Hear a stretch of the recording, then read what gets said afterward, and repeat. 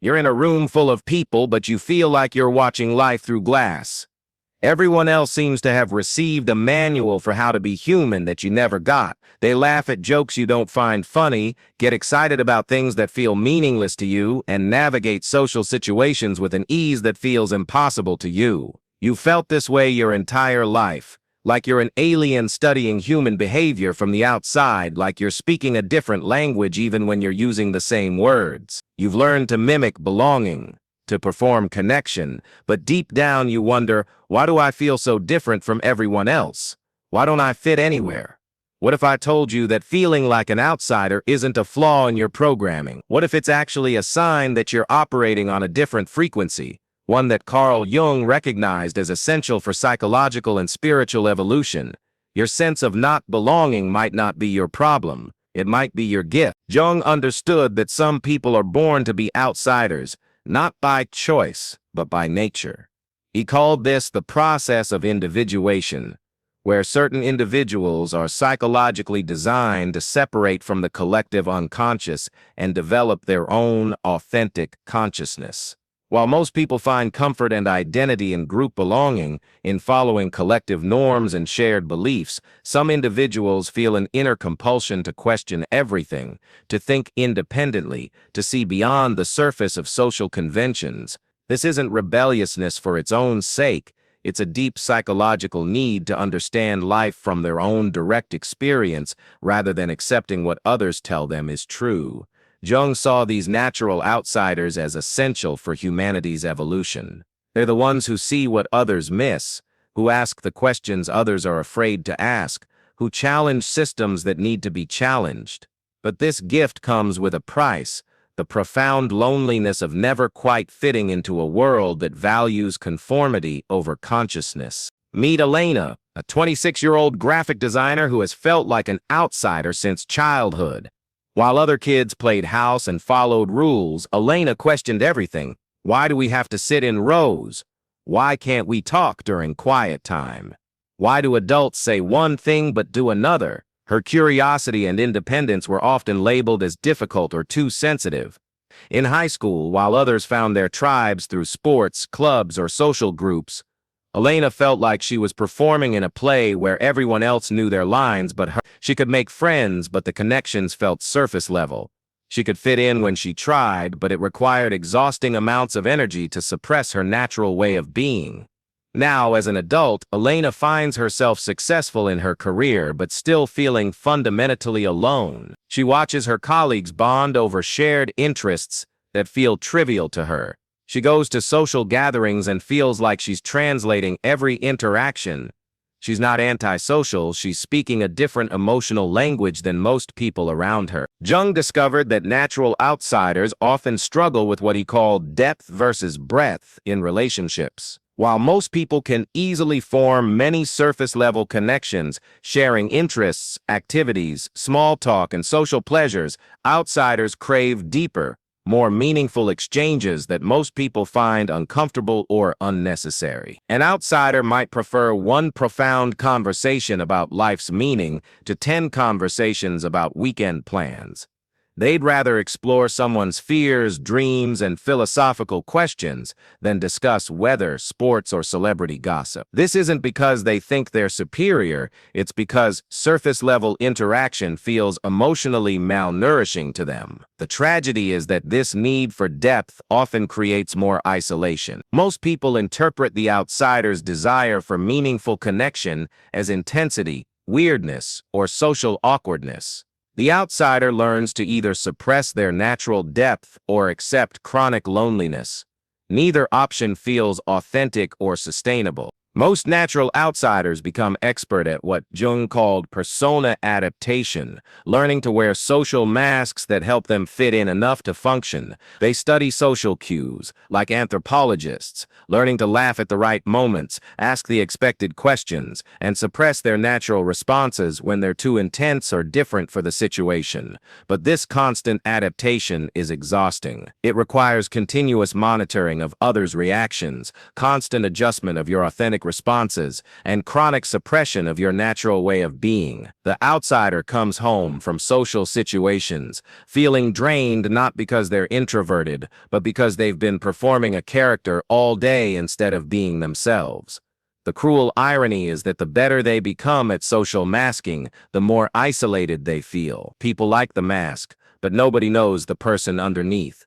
The outsider achieves social acceptance but loses authentic connection, the very thing they were seeking in the first place. Elena's breakthrough came during what should have been a celebration. Her design work had won a significant award, and her colleagues organized a party in her honor. As everyone congratulated her and told her how proud they were, Elena felt the familiar glass wall between herself and others. She was being celebrated, but she didn't feel seen. That night, instead of feeling grateful for the recognition, Elena felt profoundly sad. She realized she had spent so much energy trying to fit in that she had never discovered what it felt like to belong as herself. She had been seeking acceptance for a performance rather than recognition for her authentic self. For the first time, Elena stopped seeing her outsider nature as a problem to solve and started seeing it as an identity to embrace. She began to understand that her depth, sensitivity, and different way of processing the world weren't flaws, they were the source of her creativity, insight, and unique contribution to the world. Take a moment to reflect on your own experience of belonging. Do you feel most yourself in groups? Or do you feel like you're performing? Do small talk and surface conversations nourish you, or do they leave you feeling empty? Have you ever felt guilty for wanting deeper connections than most people seem to need? What would it feel like to stop trying to fit in and start honoring your natural way of being in the world? What if your sensitivity, your depth, your different perspective isn't something to fix but something to celebrate? Share in the comments if this resonates. I embrace being different. Your courage to claim your outsider nature might help someone else stop trying to be someone they're not. Jung understood that while outsiders may never belong to the mainstream, they can find their tribe, other individuals who operate on the same frequency, who value depth over breadth, authenticity over acceptance, meaning over social convention. These connections are rare but profound. The key is learning to recognize your people when you meet them. They're usually not the most popular or socially successful people in the room. They're the ones having deeper conversations in corners, the ones who ask thoughtful questions, the ones who seem as interested in your inner world as your outer achievements. These authentic connections don't require you to wear masks or suppress your natural intensity. Instead, they celebrate your depth, appreciate your sensitivity, and understand your need for meaningful exchange. With your true tribe, belonging doesn't require conformity, it requires authenticity. Elena stopped trying to be more social and started being more selective. Instead of attending every work social event and feeling drained, she began seeking out people and activities that aligned with her natural interests. Art galleries, philosophical discussion groups, workshops on creativity and consciousness. The quantity of her social connections decreased, but the quality increased dramatically. She found a small group of friends who valued depth, creativity, and authentic self-expression. With them, she didn't need to translate her thoughts or suppress her intensity. For the first time in her life, she felt seen and appreciated for who she actually was. Most surprisingly, Elena's professional work improved when she stopped trying to fit in socially. Her unique perspective, her depth of thought, and her ability to see beyond surface presentations became her greatest strengths as a designer. Her outsider nature wasn't holding her back, it was her competitive advantage. Jung believed that natural outsiders serve a crucial function in society. They're the ones who see what others miss, who question what others accept, who innovate because they can't conform. Throughout history, the greatest artists, philosophers, scientists, and social reformers have been outsiders who couldn't fit into the existing paradigms.